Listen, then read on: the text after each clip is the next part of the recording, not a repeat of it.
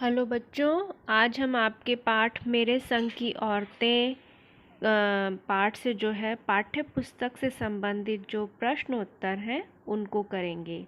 आपका पहला प्रश्न है, लेखिका ने अपनी नानी को कभी देखा भी नहीं था, फिर भी उनके व्यक्तित्व से वे क्यों प्रभावित थीं? उत्तर, लेखिका की नानी परंपरागत अनपढ़ और पर्दानशी महिला थीं, लेकिन लेखिका के नाना ने विदेश जाकर विदेशी तौर तरीकों को अपना लिया था। ऐसा होने पर भी उनकी नानी ने अपनी परंपराओं को नहीं छोड़ा। वे अपने हिसाब से अपने जीवन को जीती रहीं।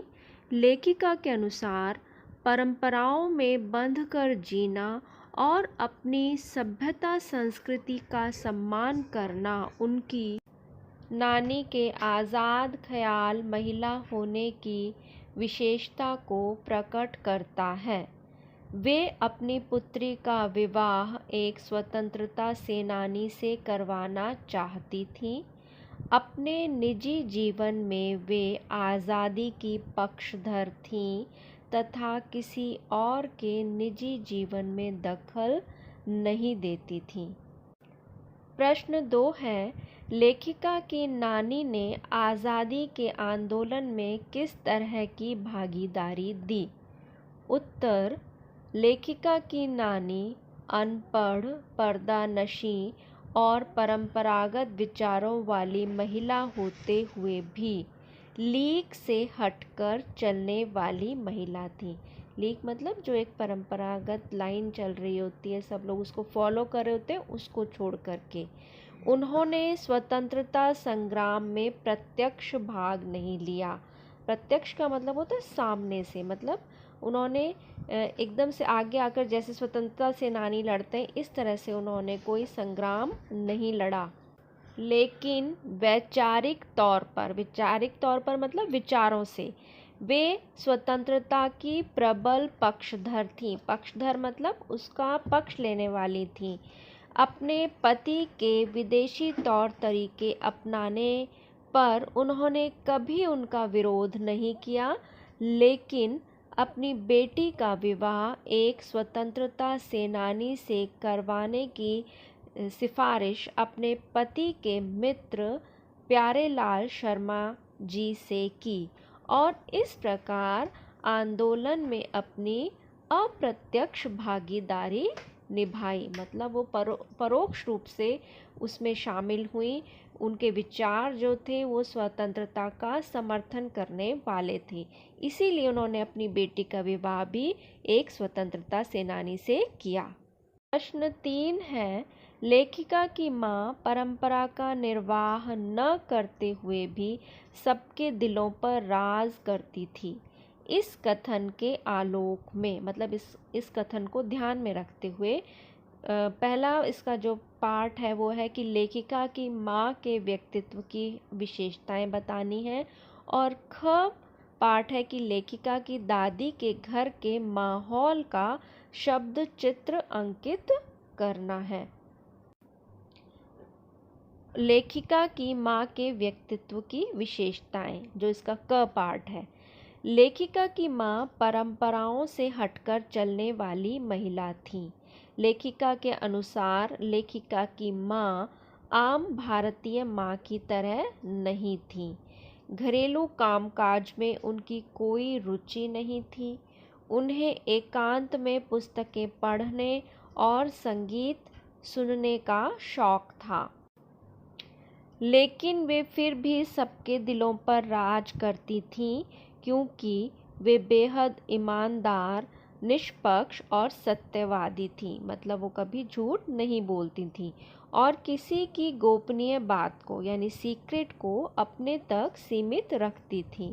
वे आज़ादी की पक्षधर थीं और गांधी जी के सिद्धांतों का पालन करती थीं। ख पाठ है, लेखिका की दादी के घर के माहौल का शब्द चित्र। लेखिका की दादी के घर का माहौल कई मायनों में अलग था, मतलब कई एंगल से वो अलग था। उनके घर में लड़के लड़की को लेकर कोई भेदभाव नहीं था। इसका प्रमाण हमें तब मिलता है जब लेखिका की दादी ने अपनी पतोहू की पहली संतान के रूप में, मतलब अपने पोते की जो बहू है उसकी पहली संतान के रूप में बेटी होने की मन्नत मांगी। लेखिका की माँ के द्वारा घर के कामकाज न करने पर भी घर में कोई उनसे कुछ नहीं कहता था, क्योंकि वो बहुत नाजुक थी और वो बहुत ज़्यादा कमज़ोर भी थी और घर का कोई काम वो नहीं करती थी।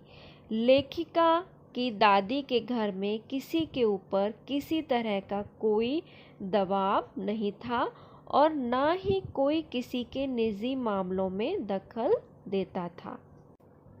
मतलब कोई किसी के पर्सनल मैटर में इंटरफेयर नहीं करता था। प्रश्न 4 है, आप अपनी कल्पना से लिखिए कि परदादी ने पतोहू के लिए पहले बच्चे के रूप में लड़की पैदा होने की मन्नत क्यों मांगी।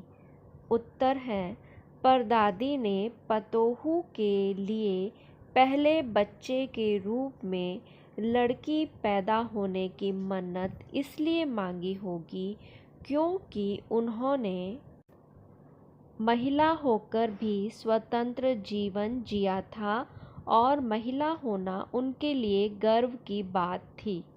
उनकी नज़र में लड़की लड़के में कोई भेदभाव नहीं था। आपकी पाठ्य पुस्तक का 5वां प्रश्न है, डराने, धमकाने, उपदेश देने या दबाव डालने की जगह सहजता से भी किसी को सही राह पर लाया जा सकता है। सहजता मतलब सहज व्यवहार करके। पाठ के आधार पर तर्क सहित उत्तर दीजिए। उत्तर, यह कथन पूर्ण रूप से सत्य है और यह बात परदादी के साथ हुई एक घटना से सिद्ध होती है। घर में चोर के घुस आने और परदादी के द्वारा पहचान लिए जाने पर भी परदादी ने उसके साथ सहज व्यवहार किया और उस चोर से पानी मंगवाया। आधा पानी पीकर शेष पानी उसे पीने को दिया और कहा कि एक लोटे से पानी पीकर हम माँ बेटे हुए। अब चाहे तू चोरी कर या खेती। चोर परदादी के इस व्यवहार से इतना प्रभावित हुआ कि वह चोरी का काम छोड़कर खेती के काम में लग गया। दूसरे शब्दों में उसने अपराध की राह छोड़ दी और सज्जन बन गया। दूसरी तरफ अगर परदादी उसे डराती, धमकाती या उपदेश देती तो उसके ऊपर इतना प्रभाव नहीं पड़ता।